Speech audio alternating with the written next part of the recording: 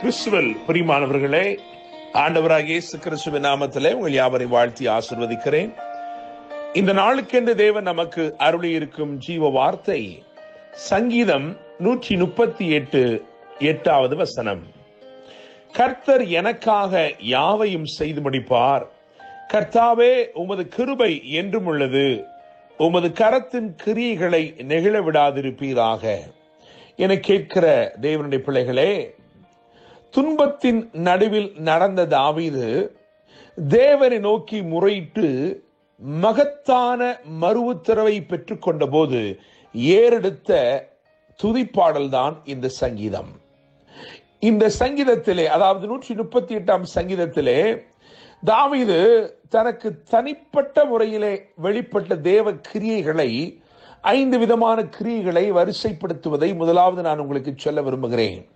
3வது வசனத்தை கவனிக்கும் பொழுது எனக்கு மறு உத்தரவு அருளினீர் என்று சொல்கிறான். அதே 3வது வசனத்திலே என்னை தைரியப்படுத்தினீர் என்று சொல்கிறான். 7வது வசனத்தை கவனிக்கும் பொழுது என்னை உயிர்ப்பிப்பீர் என்று சொல்கிறான். திரும்பமாக என்னை ரட்சிப்பீர் என்று சொல்கிறான். 8வது வசனத்தை கவனிக்கும் பொழுது எனக்காக யாவையும் செய்து முடிப்பீர் என்று சொல்கிறான்.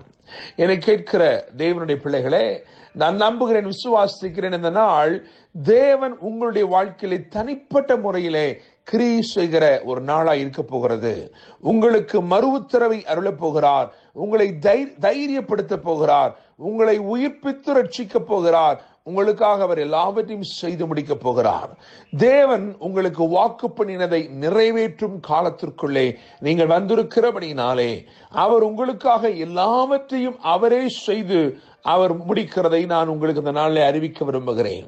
மாத்திரமல்ல, இந்த சங்கீதத்தை வாசிக்கும் பொழுது இந்த சங்கீதத்திலே தேவனை தாவீது துதிப்பதற்காக அவன் 3 காரியங்களை அவன் முக்கியப்படுத்துகிறான்.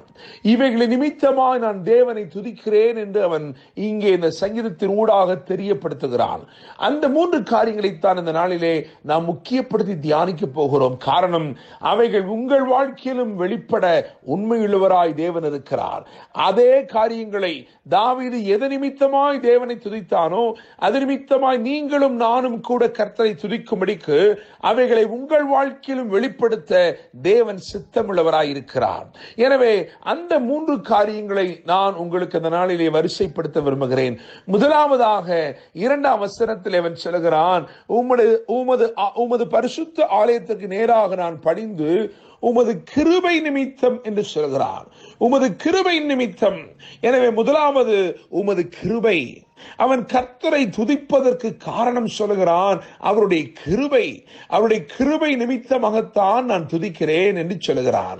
என கேட்கும் தேவனுடைய பிள்ளைகளே, சங்கீதங்களின் புத்தகம் 89ஆம் அதிகாரம் 20ஆம் வசனத்தையும் சங்கீதங்களின் புத்தகம் 78ஆம் அதிகாரம் 71ஆம் வசனத்தையும் வாசிக்கும் பொழுது நாம் ஒரு காரியத்தை கண்டுகொள்ளுகிறோம். என்னவென்று சொன்னால், இந்த கிருபை அவன் விசேஷப்படுத்துகிறதுக்கு காரணம் என்னவென்றால், இதுதான் தாவீதை கண்டுபிடித்தது. கர்த்தர் தமது கிருபையினால் தாவீதை கண்டுபிடித்தார். தேவனுடைய பிள்ளைகளே, கிருபை ஒரு மனுஷனை மேன்மைப்படுத்தும்படிக்கு அல்லது ஒரு மனுஷனுடைய வாழ்க்கையிலே தேவ திட்டத்தை வெளிப்படுத்தும்படிக்கு அவனை கண்டுபிடிக்கிறது. எனவே கிருபை இந்த நாளிலே உங்களுக்கு வெளிப்பட்டு உங்களுடைய சூழ்நிலையிலே நீங்கள் எங்கிருந்தாலும், எப்படிப்பட்ட தனிப்படுத்தப்பட்ட நிலையில் இருந்தாலும், புறக்கணிக்கப்பட்ட நிலைமையில் இருந்தாலும், இந்த கிருபை இந்த காலை வேளையிலே உங்களை கண்டுபிடிக்கிறது. தேவனுடைய பிள்ளைகளே, எனவே முதலாவது அவன் தேவனை துதிக்கிறான். எதற்காக என்று சொன்னால், அவனை கண்டுபிடித்த கிருபைக்காக. கர்த்தருடைய கிருபை அவனை கண்டுபிடித்தது. கரவலாடுகளின் பின்னாக திரிந்த அவனை கர்த்தருடைய கிருபை கண்டுபிடித்தது. கர்த்தர் அவனை கண்டுபிடித்தார். எனவே கிருபை கண்டுபிடிக்கிறது. இரண்டாவதாக அதே 2ஆம் வசனத்திலே சொல்கிறான், உமது உண்மை நிமித்தம் உமது நாமத்தை துதிப்பேன் என்று சொல்லி. இரண்டாவதாக அவருடைய உண்மை. என கேட்கும் தேவனுடைய பிள்ளைகளே, கண்டுபிடித்த கிருபை என்று நான் முதலாவது சொன்னேன். இரண்டாவதாக உறுதிப்படுத்தின உண்மை. கர்த்தருடைய உண்மை கர்த்தருடைய வார்த்தையே. வேதத்திலே 2ஆம் வசனத்தில் எழுதியிருக்கிறது, இந்த 138ஆம் சங்கீதம் 2ஆம் வசனம், சகல பிரஸ்தாபங்களை பார்க்கிலும் உமது வார்த்தை நீர் மகிமைப்படுத்தி இருக்கிறீர் என்று சொல்லி, இந்த வார்த்தை தான் தாவீதை உறுதிப்படுத்தினது. தேவனுடைய பிள்ளைகளை, தாவீதை உறுதிப்படுத்தின கர்த்தருடைய உண்மை, கர்த்தருடைய வார்த்தை எவ்வளவு உண்மையாக இருந்தது என்று சொன்னால், அவர் சொன்ன வார்த்தையில் ஒன்று கூட தவறி போகவில்லை. அவருடைய வார்த்தை அவனை உறுதிப்படுத்தி நிலைப்படுத்தினது. உங்கள் வாழ்க்கையிலும் கர்த்தருடைய உண்மை கிரியை செய்ய போகிறது. அந்த உண்மை அவருடைய வசனத்தை கொண்டு, அவருடைய வார்த்தை கொண்டு உங்களை உறுதிப்படுத்த போகிறது. தேவனுடைய பிள்ளைகளே, மூன்றாவதாக 5வது வசனத்தில் இப்படியாய் சொல்லப்பட்டிருக்கிறது, கர்த்தரின் மகிமை பெரிதாயிருப்பதினால் அவர்கள் கர்த்தரின் வழிகளை பாடுவார்கள். தேவனை துதிப்பதற்கு 3 காரியங்கள் சொல்லப்பட்டிருக்கிறது. ஒன்று கிருபை, இன்னுமொன்று உண்மை, மூன்றாவது மகிமை. இந்த மகிமைதான் தாவீதை எல்லாவற்றிலும் மேன்மைப்படுத்தினது, மேன்மைப்படுத்தி உயர்த்தினது. அவனை அந்த மகிமை உயர்த்தி கொண்டே இருந்தது, அவனை மேன்மைப்படுத்தி கொண்டே இருந்தது. என கேட்கிற தேவனுடைய பிள்ளைகளே, அவனுக்காக வெளிப்பட்ட தேவ மகிமை அவனை மென்மேலும் மேன்மை அடைந்து கொண்டே இருக்க செய்தது. இன்னைக்கு நான் நம்புகிறேன், விசுவாசிக்கிறேன், கண்டுபிடிக்கும் கிருபை உங்களை கண்டுபிடிக்க போகிறது.